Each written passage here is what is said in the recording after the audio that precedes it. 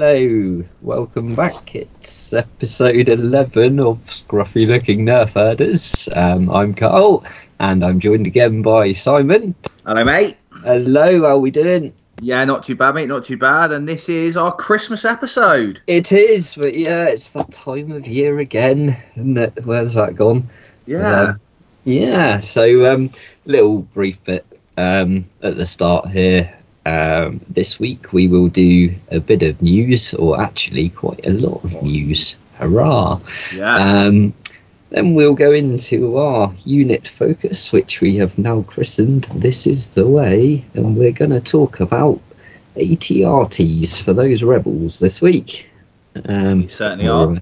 Simon thing, but yeah, we'll have a dig about and see what they can do. We'll then follow on into our any other business at the moment. We're going to talk a bit about InVader League, which, for those of you that don't know, is the online version of Legion on the computer that's played by quite a lot of people. Yep. And then finally, Simon will give us all the news on some upcoming events for sort of January time, and that will round out the episode. So obviously following that, it's the Christmas one. We are gonna have a week off recording, so the following episode 12 will probably be out there to you sometime just about in the new year, hopefully. I think it's something like the 3rd would be the Friday. In the meantime, however, we will mention more later, but we're going to attempt a live stream on Sunday the 22nd of December. We'll talk more about that later on. So, shall we go into the news? I think we better, mate. No. Okay, so we've kind of gone the other end of the spectrum since the last few episodes, where we've not had much to talk about. We've had 4 posts this week from FFG, counting everything, so I'm going to go through them in chronological order, if you like, so as they got released to us. Obviously we've had this sort of promise to the sort of leaders of the community, and it's been about the Discord, and sort of people have been getting a little bit excited over it all. So the first news post came out with 2 new products, and it's 2 Clone Wars paint sets. It is. So obviously one for your separatists, one for your clones, which didn't get met by the best reception, I suppose, from some, because paints are, to many of us, obviously, that have been into these hobbies for years, it's not the most exciting product, so I can see that. But, you know, certainly worth a try if you see them or you want to get hold of them. You know, it's one of those things, isn't it? If you're coming into the game now and you go into the store, buy a box, and there's some paints on the shelf next to it, from someone who worked in the retail trade, that's great, because you can sell them a box of paints to go with their new models, and job's done. You know, they can get into it. So, you know, for all those people that are going to possibly have, you know, the Clone Wars Legion for Christmas or something like that, you know, I would be assuming these will be coming out sometime in January. Yeah, I think they are not quite going to make it, like everything else. But so I'd hope they're coming out sometime in January. And if that's the case, you know, you've got all over Christmas to put your models together and have a few little field games, and then these lovely paint sets will come out so you can paint your minis. Yeah, so obviously there is all these details on the FFG news post with the, you know, what colours are in what box. So if you want to know that, I would suggest you look that up there.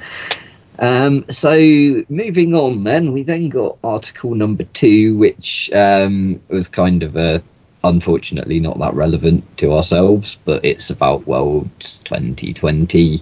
Obviously anyone who's been lucky enough / good enough to get themselves an invite, make sure you get on that page and do the necessary forms if you're planning on going. So that's a must see for those, and don't miss out if you've got one, I suppose, is all I would say. But, so obviously there is all the details and the dates, etc., again on the FFG news page. So we'll skip on to the next one now, which came along, and I'm not sure, someone might have called this prediction. I can't think. I'm pretty sure you called this prediction. Oh, it was me. Yeah. Oh, it was. Yeah.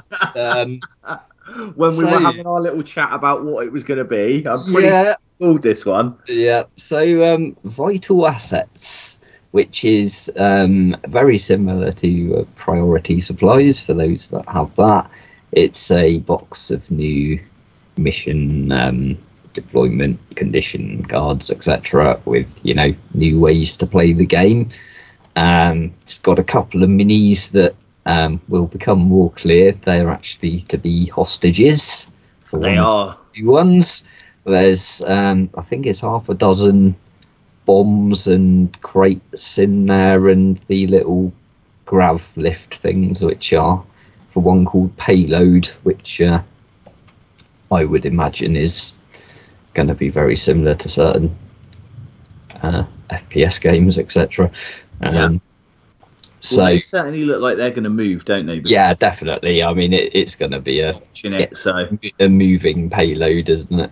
That, you probably have to get from A to B or something like that. But obviously, there is loads in this box. They haven't shown us all of it. There are, I believe it says in the article that there's 3 new setups. There's 3 of each coloured card for your mission.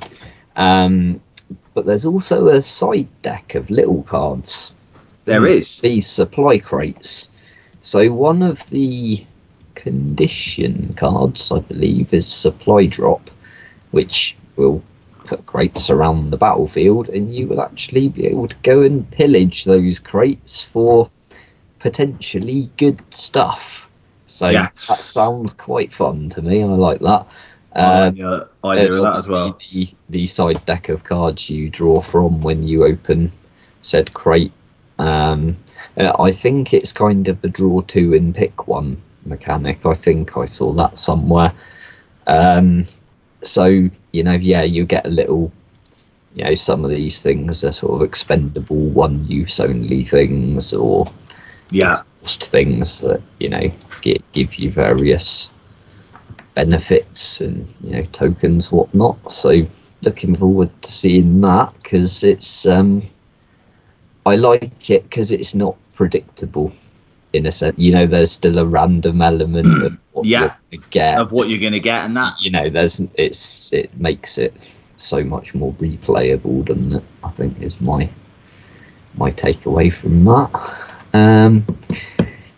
So obviously we will run through it all when they make it all clear what there is. Obviously, there's a hostage scenario, so it's meant to be a hostage exchange, which I'm imagining goes south. And obviously your opponent kind of places your unit and vice versa that's carting the hostage around. So that's going to be interesting, and I think is really going to make Snow Troopers very tempting again, but we'll come back to that when the time comes. Righty ho. So that was, when was it? That was about, that was on the 11th. June. That was So sorry, the 10th even. Sorry. So that was article early in the week. So we kind of had rules of engagement. That one, the 2 paint sets, we knew there was a couple more things to be told. So it was on Thursday, I think. Then was the 12th. We got confirmation finally of Cassian Andor and K2SO and their Imperial counterpart, Iden Versio and ID10. I mean, obviously there was a leak about these quite a while ago, so they weren't a complete surprise, but do look very cool. I like both very much. So I am absolutely in love with Cassian Andor. You know, it goes with my Scarif themed rebels that I'm doing already. You know, the ability for rebels to have possibly three operative choices. Yeah. There's some funny stuff we're still not clear on these, because obviously the rules that apply aren't out yet. But there's this certain nonsense of changing commander to operative tokens, isn't it? Which, so it's on Cassian's card. I mean, I've got a nice blow-up of it. But it's an ability called Covert Ops. Yeah. And basically, when you deploy, you may change your rank to operative. And if you do, so he starts off as a commander rank. Yeah. You can change your rank to operative. And if you do, you gain infiltrate. Yeah. Yeah, pretty nifty. I mean, obviously, we don't know all the loopholes that tie with that and how that's going to work. But obviously, again, that keyword is shared by Iden Versio. So, you know, both these pairings kind of have similarities. The other one that jumped out to me actually is they have the potential of sniping, don't they? So, long range sniper fire, which, I think the unlimited range thing, isn't it? It was known as bad, but it's a character at the end of the day, so you're not gonna have hundreds of them doing it, so it's not too bad to me. No, exactly. But definitely, both of these they're coming out in hard plastic. These as well. They are. So looking forward to that and seeing how posable, buildable, you know, how many options there are, because clearly there are a few. The sculpts just look fantastic. Yeah, they do look good, definitely. And all the armour there on Iden and the helmet and everything. Yeah, it's pretty sinister looking. And then Cassian's very good, and obviously K2SO is as you would imagine, pretty big and pretty good. Yeah, droidish, yeah. But, so that's pretty much ended our news post from FFG this week. There was obviously the thing of, is there going to be any more or not? But I think we've got quite a good map of what's on the way for the next few months. Hopefully they can just keep up and get it to the right places. I suppose. I hope so. Yeah. Just one bit that's completely jumped into my mind now, as it is kind of a newsy thing. Obviously, we spoke a couple of weeks ago, all these delays, trooper upgrades and R2, the bunker, all these things, loop flavor operatives have been pushed back. And sometime this week, a store in Germany posted a picture with most of it on sale. So I'm not sure quite. It's another one of those things. It's happened with X-Wing. They had a wave appear in Australia about 3 months early a while back, didn't they? So there's definitely still a little bit of work to do on the sort of worldwide releasing. Yeah. So obviously, no doubt some of these things will filter out there in the meantime, and although I'm assuming the German shop has German printing, so I assume they print in German, don't they? I think so. Yeah. I think it is all German printed. Yeah, that's true, because I saw the Armada spoiler of the Armada ship had German cards, so someone was trying Google Translate on it, I think. And that was, I'll read that later. But okay, so that was this week's news, and we will now go and talk a little bit about ATRTs in This Is the Way. Okay, shall we talk ATRTs then, Simon, as I know this is something you've made use of? Yeah, definitely. So the ATRT, what we're planning on doing in the series of This Is the Way to start off with is to cover everything that is in the core boxes. That was our initial plans for this segment. So the next item in the original trilogy box set is the ATRT on the Rebel side. So the ATRT is a support choice, support category choice for the Rebels. Comes in at 55 points. It has it's a ground vehicle. It has 6 wounds with a vehicle break point of 4 wounds. So we'll go through the rules for that in a second. It has a white defense dice to save on. So like most of the stuff in the Rebel faction, we have t-shirt saves. It has surge to critical on its attack dice, but nothing on defense. It is movement 2. The basic melee attack on it is an attack called Grappling Claws. It rolls 3 red attack dice with impact 1.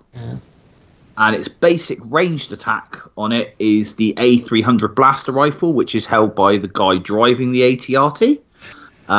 It's range 1 to 3, and it is 2 white dice. So, going over before we go into the extra abilities that the ATRT has, we'll go through a bit about vehicles in Legion. So, vehicles in Legion have a wounds characteristic, just like your trooper units do. But they do not suffer, unlike trooper units, they do not suffer from suppression. So they don't get any suppression tokens if they're shot at. What they do have as a counter to this is they have a vehicle break point. So now these are their resilient. Yeah, that's it. Yeah. I think that's the official term for it is resilience value. So on the ATRT, the resilience value is 4, and it is marked in an orange box on your unit card. Now, what that means is when your ATRT gets to 4 wounds dealt to it, you then have to roll a red defense dice. And dependent on what you roll on the red defense dice will depend on the effect that happens to your ATRT. So there are 3 effects. There is vehicle damaged, which is probably the most common one, because that happens if you roll a block symbol on the red defense dice. And basically what vehicle damaged means is that whenever you activate that unit, when it's got the damage token on it, so you'll apply a damage token to the ATRT, and as long as it's got that token, whenever you activate that unit, you have to roll a white defense dice. And on a block on a white defense dice, I think block's good, isn't it? It's block's good. Blanks, you lose an action. Block and surge is good. Blanks, you lose an action, so you get 1 action only. So that's the first one. On a surge on the red defense dice, I believe that's weapon. It's weapon. I think that's been changed to damaged, hasn't it? Weapon damaged. It was weapon destroyed on the back of the original Learn to Play, but that has been slightly changed. So weapon damaged basically means that your opponent chooses 1 weapon on the vehicle and it has its attack value halved. So it's half the dice. So you only ever roll half the dice. And on a blank on the red defense dice, it is basically vehicle's movement is destroyed, and it effectively means that it takes you 2 actions to move the vehicle, get anywhere or do anything, isn't it? That's one of the most hindering things, obviously, for a vehicle in that sense. So I'm just having a quick look. I think the thing we got was the wording. It's weapon disrupted. It got changed to, wasn't it? So that is. I've just got it in front of me in the rules guide. So you're disrupted. You've got your damage token at the resilience point. So the token goes on said weapon or upgrade card, and it's only half of its dice can be added of any colour rounding up in brackets. Yeah. So half your dice, the better half is probably advisable, I suppose, in that case, isn't it? But and again, it is one of the types of damage tokens. So that's the weapon disrupted, and then it's disabled is the non-moving one. Yes, that's it. Yeah, that just. And that's a single non-pivot move. So you could use one action to pivot and then fire. Yeah. But you can't move. So you can't put the movement template down to move. Yeah, you definitely can't reverse or anything like that. No, not at all. Can you? So not at all. You can kind of get stuck in place a little bit. But that's the downside of vehicles when they get shot at, which is probably going to happen, but you never know. So I suppose really we better run through our choices of weapons. Well, before that, we've got the keywords on the card. Do you want to do them first? Yes, we should. Yeah, let's do them. Let's go through the whole card first. So the first keyword on the ATRT card is armor. Yeah. And this basically says, while defending, cancel all hit results. Yeah. So we did go over this in episode 9 about in our do or do not rules section, where the attack sequence and what goes in what order. Yeah, attack resolution. And if you dig further into this one, because it's not necessarily clear maybe to a newer player how impact works versus armor. Yeah. So obviously you apply dodge and cover. Dodge and cover first. 5 and modify attack dice actually applies to both of these things. So you would apply your impact and then apply the armor after that in the same step, if you like. So correct, so if you roll 4 hits and you've got impact 2, you turn 2 of them to criticals, and then the armor obviously takes any remaining hits away. So you would then save 2 criticals, as example. So it's that one, and that's why we're skipping do or do not this week, wasn't it? So it is, mate. Yeah, we'd sneak that one in there. And unfortunately, the ATRT has a few little rules in it. So the next one is climbing vehicle. Yeah. So for the purposes of vertical movement, so in Legion, it is a 3D game, so you can move not just along the plane on the ground, but also vertically, which is quite nice.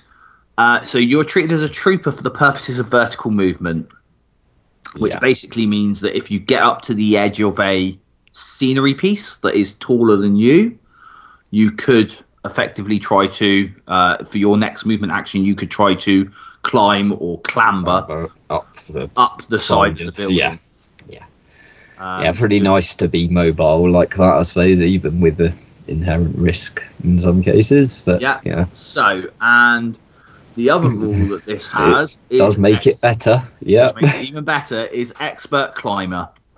So while clambering, do not roll defense dice or suffer wounds. Yeah. So there goes your risk. There goes your risk. Yeah. So there are 2 ways you can climb your vertical surfaces in Legion. One is with the climb action, which basically takes up both your activations, or both your actions in your activation. And just allows you to climb a vertical surface. So as long as you start in base contact with the piece of terrain, you can climb up it for 2 actions and suffer no consequences. However, if you want to do another action when you get to the top, you have to do an ability called Clamber. And Clamber only takes 1 action, But generally, if you clamber, you have to roll white defense dice, dependent on the number of people clambering or number of models clambering up the building. And any rolls of a block means you suffer a wound. So it's not so bad because it is the white defense dice. It's 1 in 6, isn't it? Basically? It is. So yeah, but obviously with your general foot troops, you could lose a guy, which is inconvenient. But with this wonderful ATRT, it's doesn't worry so much about that at all. Yeah, pretty mobile little things.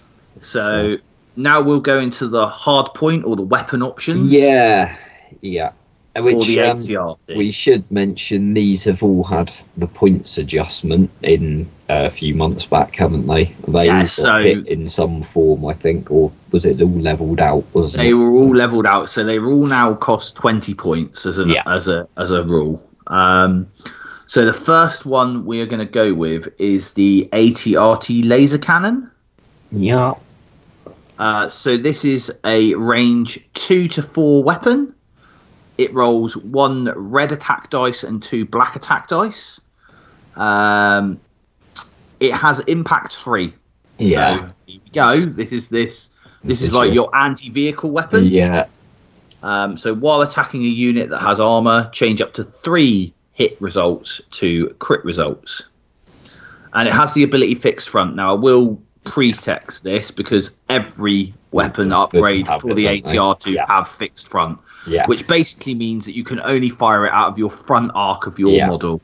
Which, we should mention at that point, that's the good reason for the pilot having the A300, because that is not fixed front.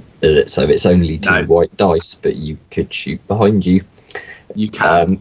With that gun, not with anything else, obviously. So, you might look at it and think, well, 2 white dice, that's rubbish. Yeah, it's not amazing, but if something snuck up behind you, then it's really all you've got. So, yeah. It is, unfortunately, short of doing a double running pivot, away or running away. Pivoting around and, something more complicated.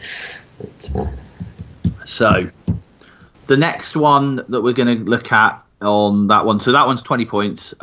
It's a pretty decent weapon, but it's anti-armor, isn't it? If you're not going to run up against armor, then like many of these things, it becomes quite redundant. Exactly. And what you've got to mention with the ATRT is that you either shoot this weapon or one of your hard point weapons, or you shoot the blaster. You can't shoot there's no arsenal keyword, so it's one weapon, so it's a choice. So the next weapon is the ATRT flamethrower. Now this is ranged 1 only, so a very close range weapon. It rolls 2 black dice. It has the ability blast, which means that you ignore cover. It also has the ability spray. So for every model in the defending unit that you have line of sight to, you add the weapons dice pool to the attack pool.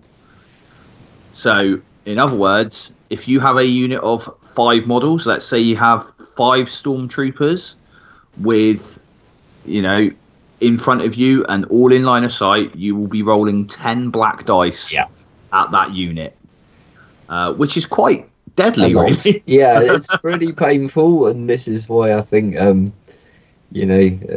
all of the things in this game that have a flamey weapon, it has that keyword, and they've all had their moments in the sun. The snowtroopers were theirs. The Dewback's got a flamethrower guy now. We got these on the RTs, and you've got Boba Fett with his wrist flamer. They all follow the theme, and I really like that. I think that's just so good.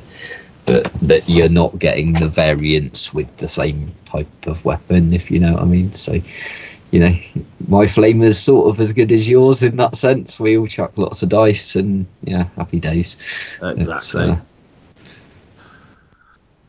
So that weapon is quite good. But the most common weapon that we see taken on the ATRT, and it's purely because it's a pretty versatile weapon, really, and that's the ATRT Rotary Blaster. So this one is range 1 to 3, and it rolls 5 black dice. So it's pretty reliable straight off.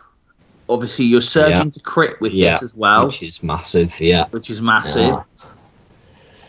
And it's a decent dice pool for 75 points. Yeah. It's 5. You don't get 5 black out of many things, you know, at that sort of level, do you? So you certainly don't. No, and like you say, it is the total all-rounder, isn't it? And I totally see why people, you know, run 3 of them. It makes sense to me, definitely. Because it hasn't got any other keyword other than fixed front either. It's just front. You're just banking on those dice and your surge crits, which, you know, when you're throwing 5 dice, it's a pretty good chance you're going to find the surge to get a crit. Exactly. You know, which obviously you're skipping things like cover and guardian and dodge tokens and you know, all those things that can generally be a pain that criticals deal with. So it gives you that option as well for dealing with armor, which is why it's generally seen as slightly better than the ATRT laser cannon. Because of that chance of hitting the surge and getting the critical anyway. Exactly. And you haven't got the short range sort of dead zone either. It's a steady 1 to 3, isn't it? It is, yeah. I'm thinking about their speed 2, these ATRTs, obviously. They are. Vehicles, notch bases, you know, because you're actually putting it at the other end of the template. That's a decent move, isn't it? So they've got a very decent move. A good range, you know, a good threat range with that thing. With either of the long range ones, really, but yeah, 1 to 3 with the move, that's not far away on something like battle lines, is it? Really, it's not at all. No. So very good. I think so that's our guns. Obviously, that's the most common beast, the rotary. You know, definitely have seen flamers occasionally. Haven't seen many laser cannons, but I'm sure there will be a time and a place. No, not so many laser cannons, but definitely the ATRT and the flamer we've seen. So. Just thinking from the other side of the table, I must say, as the Imperial player, I have been known to pick on ATRTs quite a lot. I don't know what it is. I have a thing about it's like when I see one, it's like I'll deal with that pretty quick if I can. Obviously, having stormtroopers with DLTs helps because, you know, 6 wounds isn't a huge amount to deal with when you've got impact in quite a lot of places. So, but still threatening enough. Certainly is. So then the other option that the ATRT has is the comms option. Better give that a quick shout out again, haven't we? So we won't go through it again because there's a lot that we've already covered. And generally with the ATRT, you're trying to keep it as cheap as you possibly can because you're wanting to field 3 of them all the time. Just to get those 15 black dice into your into your activations. So really and truthfully, trying to keep them as cheap as possible is really the key with the ATRT. Because again, you're not generally giving them your order tokens either. No. Short of playing Turning the Tide, which is a 2-pip command card that allows you to only choose supports or heavies. 2 support or heavies. That's probably going to be the only time you're actually going to give the ATRTs an order. Other than that, you're pulling them out the bag. So they're prone to get sort of picked on early, aren't they, with certain things as well? And It is definitely been a fairly steady unit throughout Legion, though, for good reason. I think that 3 of them is a very steady list, and it is, yeah. It's quite an easy to learn list as well, I would say. Because you've got a bit of flexibility with what you can do. You can hide behind the armor a little bit to sort of plow forward and distract from your squishier troops, sort of thing. Exactly, and certainly if we compare it to the other units that are available to the rebels for a beginner. What we're really going at, you've got the 1.4 FD laser cannon team, which is a little vulnerable as a beginner and probably would frustrate you a little bit. And then you've got the Tauntauns, which are very, very good, but very hard to play with. Well, there's a lot more to learn about. And there's a lot to learn with them. But there's... So I think if you're a beginner, the ATRT is the perfect support choice for you. To the point where I still play them now.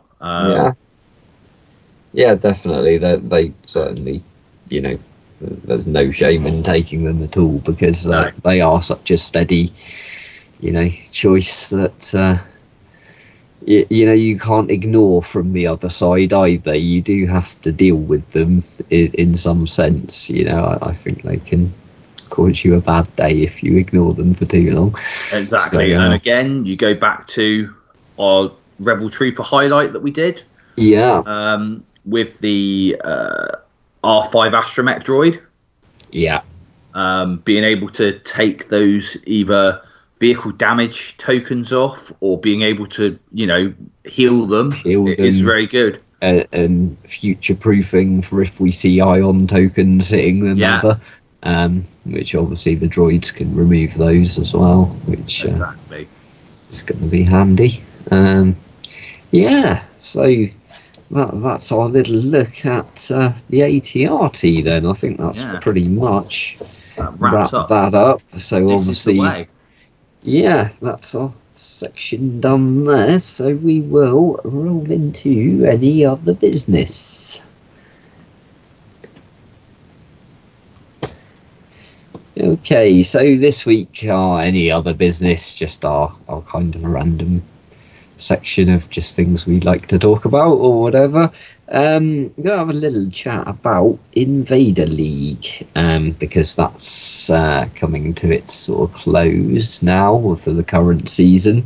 So, Simon, I suppose we better tell everyone what it is and what we're on about, just in case. So this is the 4th season of InVader League, and InVader League is a league run on Tabletop Simulator, which is a game that is downloadable on Steam, and it allows you. There are mods on Tabletop Simulator that allow you to play different tabletop games, and one of them, and possibly the best mod I've seen really on Tabletop Simulator. I think you'd agree there, Carl, as well. Yeah, definitely. It's a good, well scripted mod. Is the Star Wars Legion mod. It's kept up to date. The guys who do it work incredibly hard keeping this up to date. So, it is a community run mod. But they hold a league. So you can sign up for the InVader League. And if you get chosen, or once you've signed up, you get put into a bracket dependent on your country of where you live and how you play. So you'll play in almost like a little league, like a football league, where you'll play different players. And I think they played 5 games this time around. Wasn't it mostly 5 in a group and 2 go through to the knockouts, to the knockout stage, and then once the knockout stage goes on, it's basically just going through week by week. And a lot of these games are streamed on Twitch TV. So if you want to check that out, there are a few. I will certainly put them in the show notes at the end, the different channels to look at for the VODs for those. But what we thought we would do, as it's now gotten to the top 4 of the InVader League, we thought we would just go through the lists that they're running and just give our thoughts on them, really. Because I think... I think one thing I just want to put out, for anyone who doesn't know about this is a lot of these players, certainly the 4 players we're about to talk about, are clearly very good Legion players. They've been to the previous big tournaments. A lot of them are US based, and obviously they're on podcasts, etc. One of them is the world champion from last year. Absolutely, so they know what they're doing. They probably know way more than I do, but it is good to watch and good to kind of see their approach to some of the things in the game. And obviously they have played a lot of games, they've practiced a lot, they've used a lot of lists, etc. And so for us that we have quite a small local scene, it's these guys have been figuring out these combinations for the last year at sort of higher levels, and and again, this is the beauty of Tabletop Simulator, is the fact that if you don't have a big community in your local vicinity, Tabletop Simulator effectively adds the whole world to your... there's definitely... if you hop onto the Legion Discord server, and I know I keep banging on about this, but hop onto the Legion Discord server, there is Find a Game on Tabletop Simulator. So you can go in, post that you'd like a game, someone will come back to you, you'll be able to link up, have a game, and so really, really worthwhile and really, really good. So in the top 4, we have 3 Rebels.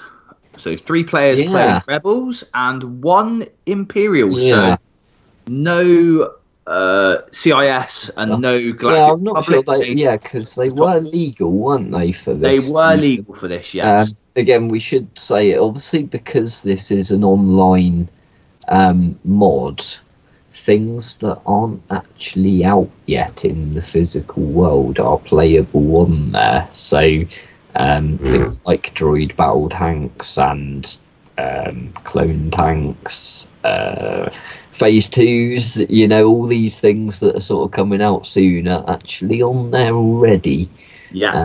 Luke and Vader, the operatives. So basically you can kind of get ahead a little bit and figure out some of these things before you even buy them, which is always good. It is.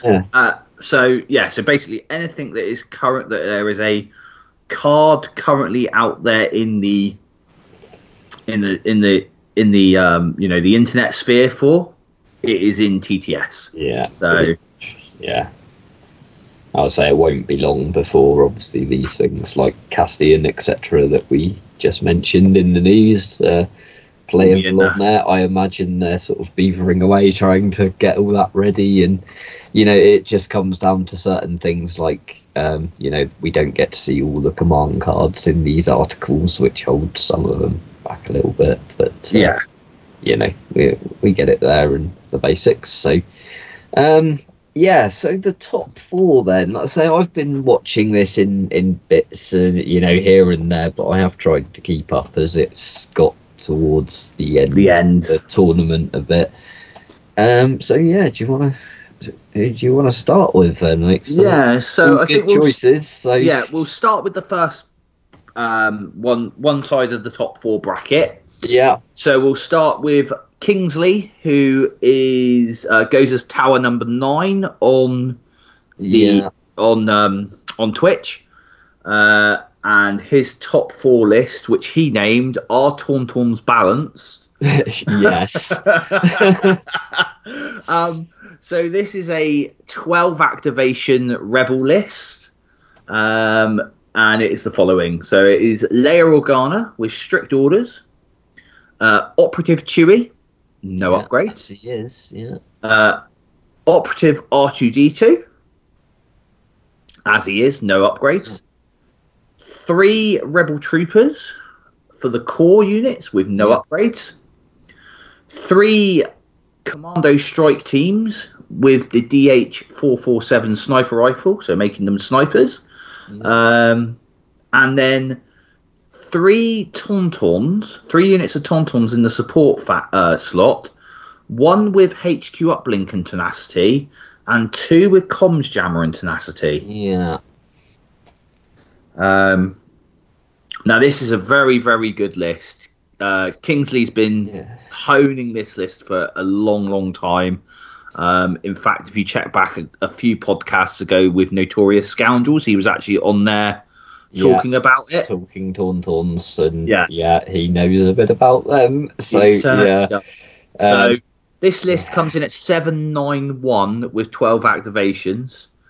So, it's got a decent 9-point bid. And we'll go over bids at some point. I think that's probably a nice topic to talk about. But for now, we'll just mention it's got a 9-point bid on it. So, Carl.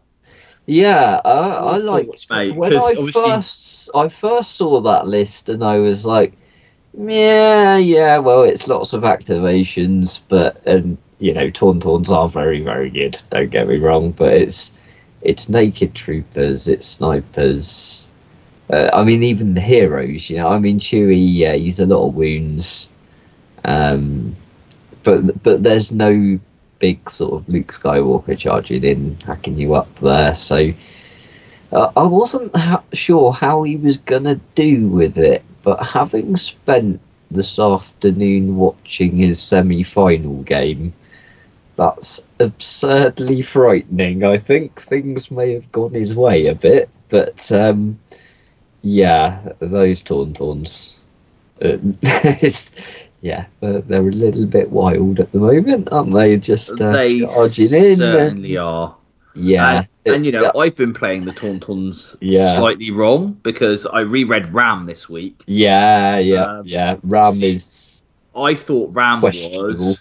Yeah. Well, I always thought Ram was that the move that you made to connect with the unit had to be a full move. Yeah. No, but it's as long as you made a full move this activation. Yes. So you're often getting Ram, and obviously Ram is the keyword, which in itself I think is maybe a little bit too far in the terms of game design, because you can turn basically anything, can't you? That's the thing with it. You can just turn the face of the dice, which maybe is a bit too far. I don't know. It is very, very good. Tauntauns,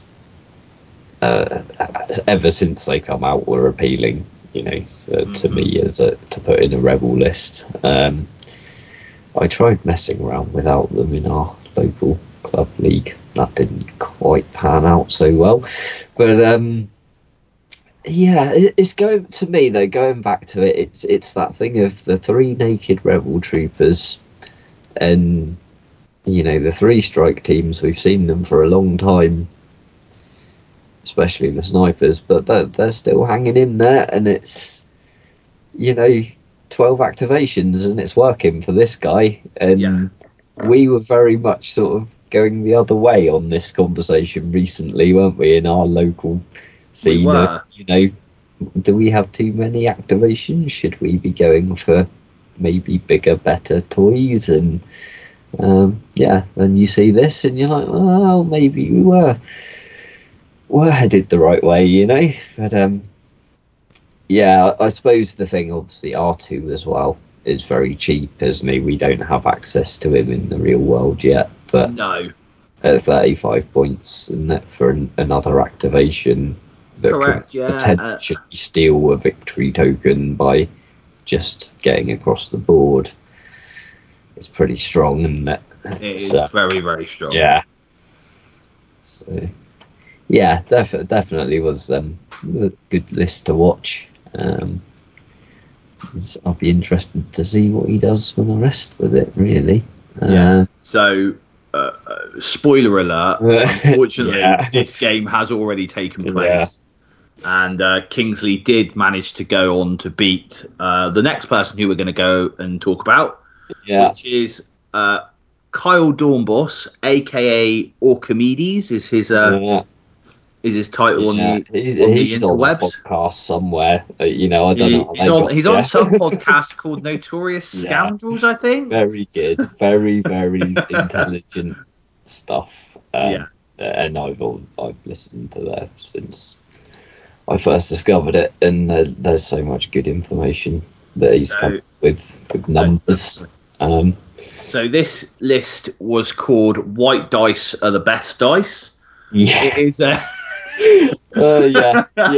I forgot about that completely, but yeah, I really think that was a great shout. And then I watched the game, and it was like, So this list is another Rebel list. It is an 11 activation strong list, and this is using another unit that we haven't yet got our hands on in the real world. So his list is the Rebel Officer at 50 points. It is Operative Luke Skywalker, who is running with Saber Throw, Jedi Mind Trick, and Force Push. It is 5 Rebel Trooper squads with the Z6 Trooper. So those wonderful 6 extra white dice per Rebel Trooper unit, arranged 1 to 3. 3 of the Commando Strike teams with the DH-447 Sniper Rifle. So you can see a little theme going on here of the DH-447 Sniper being one of a nice unit for the Rebels. And in a support slot for 70 points, the Laser Cannon team. So the FD 1.4 Laser Cannon, which is the big satellite dish laser cannon that you see on Hoth. Doesn't move or whatever. No. So I've been playing around with one of them as well, and they are fun sometimes. I didn't go through the command cards with Kingsley's list, purely because I know he's changed them slightly to what I was watching him when I first saw the whole lot. Yeah. But I know for a fact with Kyle's list here, that they run all 6 of Luke Skywalker's cards. So the Operative 3 and the Commander Luke 3 and make Luke, make Luke great again. Obviously, the caveat to that is if you ever lose him, you're stuck with standing orders. So, correct. Yeah, but those cards are all very good in the right places, and I'm messing around with that because I think that could be quite funny. So this list uses Operative Luke Skywalker, which is basically Luke when he is in Return of the Jedi. So this is his powered up a bit. This is his powered up a bit version. Yeah, the one with his lovely green lightsaber. And it's fairly pricey nowadays, isn't it? He is. So he's 200 points. Yeah, as an operative, as opposed to 160 for his commander version. Yeah. But we will leave that as it is. Yeah. Because we're going to go through Commander Luke at some point. Yeah, won't be far away. So exactly. We'll probably end up doing both. This is the way section. Yeah. So again, he did well to get as far as he did with the list, in a sense, because when he first come out with the FD cannon, it's like, I don't know. I don't think you're going to go far. But as we have seen, if you've watched them games, he does like perching that FD cannon in some rather absurd places, which I'm maybe not a big fan on, but it's allowed. It's the rules. It's a cat, isn't it? Yeah. If it fits, it sits. But I am starting to think that's something they may need to look at in the long run, possibly. Because it has been perched in some rather absurd places that, it has a great field of fire and whatever when it's up there, but I mean, it I don't know, it detracts a little bit from my fluffy side of liking the game, wouldn't get there. But I mean, the rest of the list, obviously, we know what them do. The Luke operative himself can be immensely powerful. A lot of this list is Luke lifting It is, yeah. The whole game, basically. Yeah, definitely. Yeah, nonetheless, it's quite a comical one in places. Jedi Mind Trick, I did see that there was a. What is it he does for that? There's a good use and reason for that, isn't there? It's Jedi Mind Trick, and you serve your master well. That's the one. That's the card. Yeah. Yeah, that's a nasty little combo, that is. Yeah. Very much so. Very much so. So the next... so that's the first bracket. Yeah. Unfortunately, that's already played out. Yeah. And congratulations again to Kingsley for moving on to the top two, the final. Again. And yeah, commiserations to Orc, because that was he won it last time, didn't he? But he did win it last time, yeah. So now onto the other side of the bracket, the other side of the top four bracket. So we have Ellis, who is a UK player. Yeah. And he is also playing Rebels, and his army list is called Crossing the Line. Now this is a 1, 2, 3. I think it's 7, 11. No. 8, 9, 10, 12 activation 12. list again. Yeah, he did get 12. Yeah. Comes in at 795 points. It is Leia Organa with strict orders. R2D2 on his own. Sabine Wren, I love this because it's got Sabine in it. Sabine Wren with Hunter, Recon Intel, Electro Grappling Line, and the Darksaber. So she's going to be there to deal with other lightsaber users. Yeah, big threats. Yeah, big threats like that. He's then running 4 Rebel Trooper squads with no upgrades. Yeah. 3 Rebel Commando strike teams. Sorry, put my teeth back in. With the DH-447 sniper rifle. So that's 3 Rebel lists, and three snipers. So, and then 2 Tauntaun riders with tenacity and comms jammer. Yeah. So again, the Tauntauns, again the snipers, again the naked Rebel troopers. Yeah. So it seems to be a bit of a theme going here with what's pretty strong with Rebels. I think we can all think so. R2. We can all sort of come to that, and R2. And just minimal changes to suit sort of people's play styles. Yeah, definitely.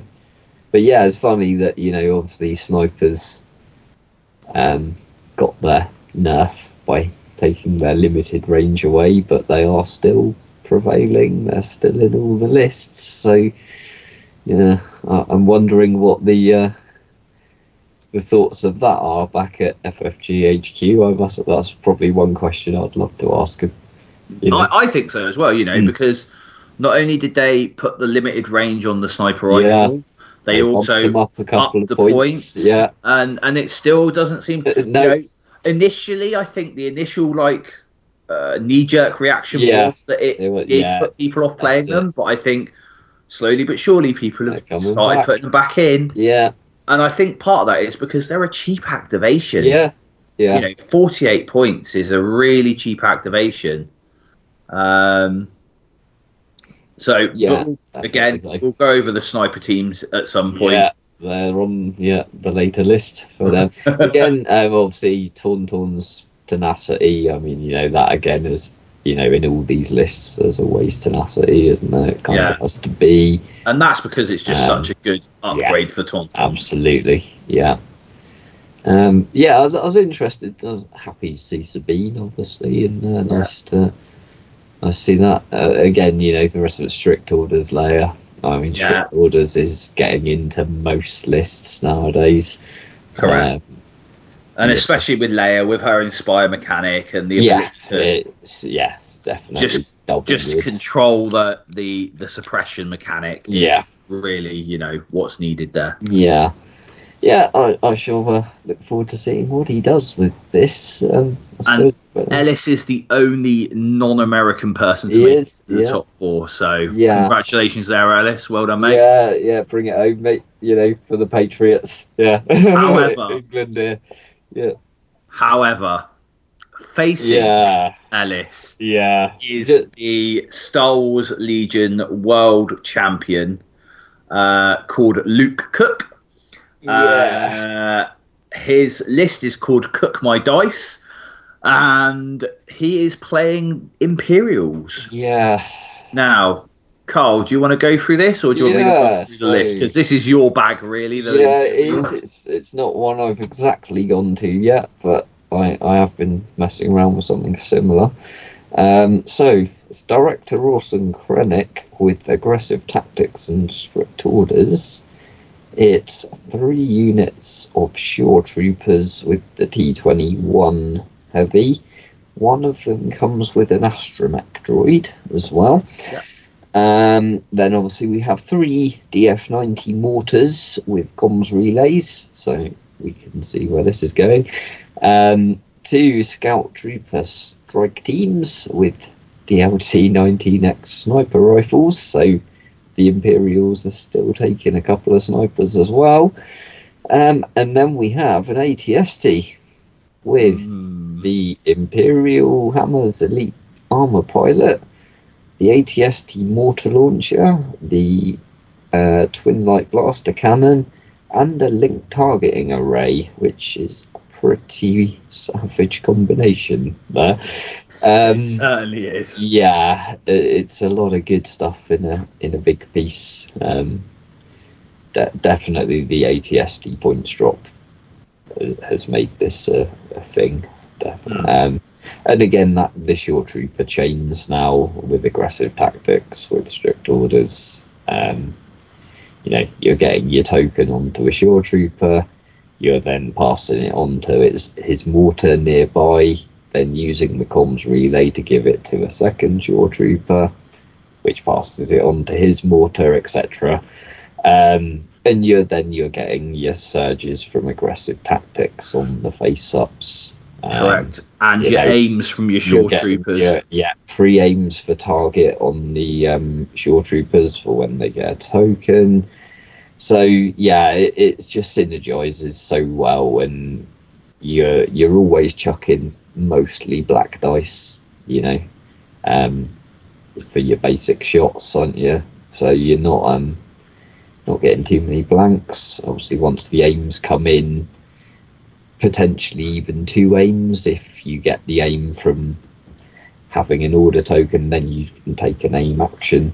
2 aims, you should be getting loads of hits and crits. So it is just a very good Imperial. It's an ultra efficiency list, isn't it? Efficient list, but with an ATST in there, which is a big scary thing and can do a hell of a lot of work, or just soak up a lot of fire as well, isn't it? Exactly. Still 11 wounds, and there's a repair droid not far away, I imagine. I very much doubt Mr. Cook is like me and deploys his ATST at one end of the board and the astromech at the other. Or like I did last night. Yeah, quite, yeah. So one important thing to mention about this is that Luke is the only player to go full hog and go 800 out of 800 points. Yes, no bids. Yeah. So he has no bid at all. Yeah. And he's also got the lowest activation count as 10. Yeah. That's that is an interesting one, that, in the sense that but I suppose with an ATST there's not really a deployment that's necessarily bad, because disarray with an ATST can still be quite fun. So I can kind of see that, really, and I dare say he had probably figured out that quite a lot of other rebel lists may be going for bids, etc. Exactly. Well, screw it, I'll spend me points. And it's clearly working. So it is. I mean, what strikes me about this is the fact that the ATST, which I love, I absolutely love that, the ATST, and the points drop certainly has helped. The Imperial Hammers Elite Armor Pilot is amazing in the ATST. Yeah, it makes it completely viable. Without that, and that link targeting array is just golden. Yeah, definitely. Especially if that gets the order off the end of the shore chain. Yeah, which potentially with your last mortar you could relay that off to give the ATST its order as well. So you're laughing really. I do have a suspicion that this, I don't know, it's that thing of believing that a Rebel Imperial final could happen, but then it could go either way. You could get Rebel. It could do. Yeah. So yeah, be interested to see how that one goes whenever it gets played, and obviously the final round. But that list in particular is I don't think there's a lot you would really want to do or mess around with that you could improve there. I took a very similar list last night. We played a TTS game last night. I purely dropped one shore, one water for a unit of Death Troopers. That's something I was surprised at about this list, because I'm very much of the, if you've got Krennic and Entourage, you should have those Death Troopers. Yes. Because Entourage is such a good thing to have, it's the other order. You can, with a relay on them, you can jump that around if you really wish to. But Death Troopers have solved a lot of problems in my limited amount of Legion games when things have gone wrong. So maybe I'm a bit more adverse to leaving them behind, sort of thing. But it was interesting to see him go down that road, really. While still having Krennic and again, clearly it's worked, because they've got to have played good few games with it to get this far, isn't it? So they have definitely is working. So best of luck to Ellis and Luke, both of them, and look forward to seeing what the final brings. We'll no doubt watch that and give that a mention when it's all wrapped up. I think they were hoping to do it this side of Christmas, but I don't think that's likely to be the case now. But we never know. So that was a good little look at some lists from, let's say, those that know. But in the flip side as well, it's nice to know that, although we have our own twists on it, that I've been messing around with some quite similar things, and we're not a million miles off the mark, if you know what I mean. So when we put our minds to it, so obviously it's that thing now that to me is, will it be a Tauntauns versus Shore Troopers final? Because I think they're the two most likely to be getting called for the Nerf bat in the near future, I think. I think so, definitely. So whether that be a little points increase or whatever, I don't know. But this was why I'm kind of holding off on that third box of Shores, because I know as soon as I order it, the points will go up by 10, and it'll sort of something like that, and it'll be would have got something else. But so there we are then. That's our any other business. So shall we, in a moment, move on to some events? I think we should. Rightio then, mate. So let's have a few events for, what are we talking this time? January, I suppose, isn't it? Yeah, we are, mate. So because this is our last episode of 2019, I think the best thing to do is to mention the events for January now. Yeah, I suppose I'd better do the old executive call, and although it's not really January, we're going to have an event at the end of February. So we are. Yeah, that'll be down near Bodmin. So more details coming soon. And So the first event in January is on the 4th of January. At Alpha Games in Bury St Edmunds. It's an 800-point tournament with 3 rounds, £10 for advance tickets or £15 on the door. And again, that's on the 4th of January. The 18th of January, we have a Star Wars Legion Prime Championship being held at Leodis Games in Leeds. That is £20 for a ticket and 800-point tournament format again. On the 19th, so the day after, is a Star Wars Legion tournament at Beanie Games in Stockton-on-Tees. This one's slightly cheaper. This one's only £6. And again, is an 800-point format. I think it's a fairly casual tournament, this one. And the final one to round out January. So there are only 4 events in the UK in January. Is the 26th of January for the Star Wars Legion Rebellion at Attrition Gaming in Eastleigh. £15 ticket, 800 points. This is the one that I mentioned last episode that has limited space. But still, as of this podcast, according to the event page, they still have 2 spaces left. So if you're in Eastleigh and you fancy a day of Star Wars Legion, or if you fancy travelling to Eastleigh for a day of Star Wars Legion, £15 will get you a nice little day at the end of January. Yeah. And then the only other thing I'm going to mention, obviously, we've got our tournament on the 29th of February. Yeah. Held at just outside of Bodmin at Helland. That one there still to be decided on the format and everything. Yeah. And costing. Have that up soon. But we'll have it up fairly soon. But the other event that I'm going to plug, which isn't a tournament, but it is where this us scruffy-looking Nerf Herders are going to be too, is POR, so the Plymouth Annual War Games event, held on the 1st and 2nd of February in Plymouth in the UK.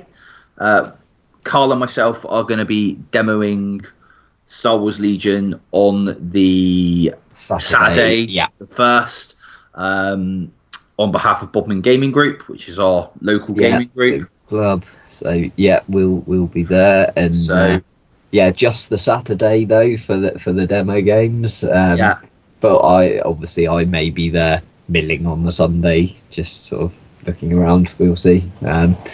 But Saturday for the demos. If anyone's interested, come and find us. Yeah, definitely. So for this episode, mate, that is the I think end of the event section. Bit there. So other members of the House of Chaos team will also be at John, John, obviously from the early episode, and our man behind the glass. He'll be there. With the old Outlands and Ross, of course. So we'll all be there, and be a bit going on and money being spent, and that's how that weekend generally goes.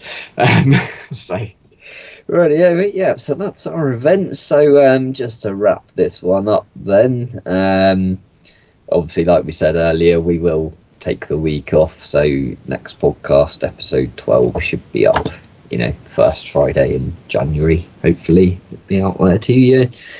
Don't forget, we are going to be trying a bit of live streaming on Sunday the 22nd of December, which me and Simon are going to play a bit on TTS, and we're going to get that up on our Twitch channel, which is Twitch TV / House of Chaos Productions.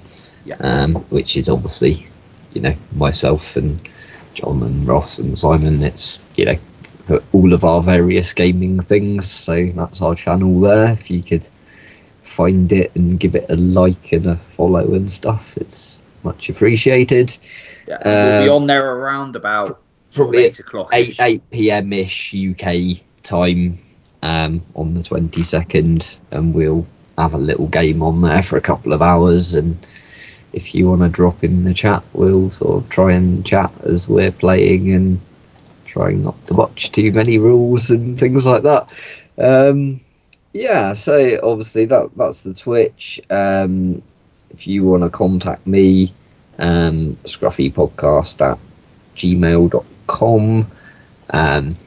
Come to me with an email. So if you want me to plug an event, or get Simon to plug an event as that bit's going, or anything else, any questions, suggestions, fire them to that one. Anything you'd like to hear? Any suggestions for segments as well? Absolutely, yeah. If you got a question, you got something that you think would make a good segment, let us know. Obviously, www.scruffylookingnerfherders.co.uk to find this podcast and its various places. The House of Chaos YouTube channel. Again, that's on www.houseofchaos.co.uk would lead you to our YouTube, our Twitch, our everything. Obviously the YouTube has some unboxings, and when we start these streaming games and things, they might pop up on there as well. Correct. And obviously we'll look to further things down the line with maybe some battle reports next year and things like that, and stick them on the YouTube. So keep an eye on it all. Don't forget the Legion Discord as well. Obviously, the big old Legion Discord. Jump on there. You can find me on there as Scruffy Simon. I think I'm now changed myself to the Scruffy Podcast Carl or something like that. So so mention I've actually got an Instagram as well, which I don't use a lot, but I'm going to attempt to in the new year. So that's Scruffy Podcast Carl on there as well, isn't it? And you're Scruffy Podcast Simon now, aren't you? So find us on there. That's been episode 11. Obviously, have a great Christmas and New Year or whatever you're doing. Don't do anything too crazy. Stay safe, and we'll be back soon. So thanks for listening. I've been Carl. I've been Simon. And we are the Scruffy Looking Nerf Herders. See us in the new year.